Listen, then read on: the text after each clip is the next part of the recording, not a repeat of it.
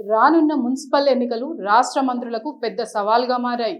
జిల్లా ఇన్ఛార్జ్ మంత్రులకు నియోజకవర్గాల్లో పార్టీ గెలుపు బాధ్యతలను అధిష్టానం అప్పగించింది. ఆశించిన స్థాయిలో ఫలితాలు రాకపోతే సదరు మంత్రుల ప్రోగ్రెస్ రిపోర్టులో మైనస్ మార్కులు పడతాయని ప్రచారం జరుగుతోంది. ఆ ప్రభావం భవిష్యత్తులో జరగనున్న కేబినెట్ ప్రక్షాళన మీద ఉంటుందనే చర్చ పార్టీ వర్గాల్లో ఉంది. ఈ విషయం గ్రహించిన మంత్రులు ఎన్నికల షెడ్యూల్ వచ్చిన తెల్లారి నుంచే తమకు అప్పగించిన నియోజకవర్గాల్లో పర్యటిస్తున్నారు.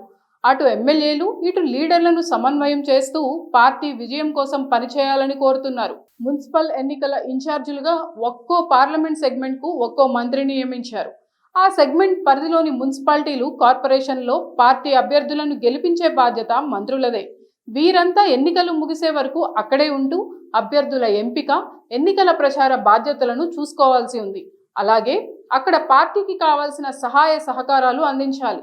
ఒక రకంగా ఆ పార్లమెంట్ నియోజకవర్గంలోని మున్సిపాలిటీలు, కార్పొరేషన్ల గెలుపోటములకు మంత్రులే బాధ్యత వహించాల్సి ఉంటుంది. అలాగే సొంత నియోజకవర్గంలోని మున్సిపాలిటీలు, కార్పొరేషన్లలోనూ పార్టీ అభ్యర్థులను గెలిపించుకునేందుకు ఫోకస్ పెట్టాలి. లేకపోతే సొంత నియోజకవర్గంలో మంత్రికి పట్టులేదని విమర్శలను ఎదుర్కోవాల్సి ఉంటుంది. అటు ఇన్ఛార్జిగా ఉన్న ఏరియాతో పాటే సొంత నియోజకవర్గంలోనూ పార్టీ అభ్యర్థులను గెలిపించుకోవాల్సిన బాధ్యత వారిపై ఉంది. కాంగ్రెస్ అధికారంలోకి వచ్చాక పార్టీ గుర్తులతో జరుగుతున్న మొదటి ఎన్నికలు కావడంతో ఛాలెంజ్గా తీసుకున్న ఏఐసిసి మెజార్టీ మున్సిపాలిటీలను సొంతం చేసుకోవాలని రాష్ట్ర నాయకత్వానికి టార్గెట్ విధించింది. అందుకోసం మంత్రులకు ఇన్ఛార్జ్ బాధ్యతలు అప్పగించినట్లు తెలుస్తుంది.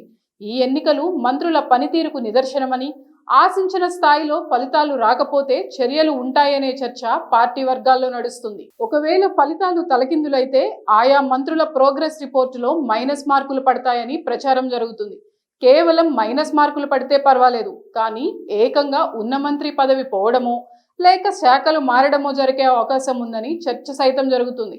అందుకే మంత్రులు రోజులో ఎక్కువ టైం తమకు అప్పగించిన నియోజకవర్గాల్లోని మున్సిపాలిటీలపై ఫోకస్ పెట్టినట్టు తెలుస్తుంది.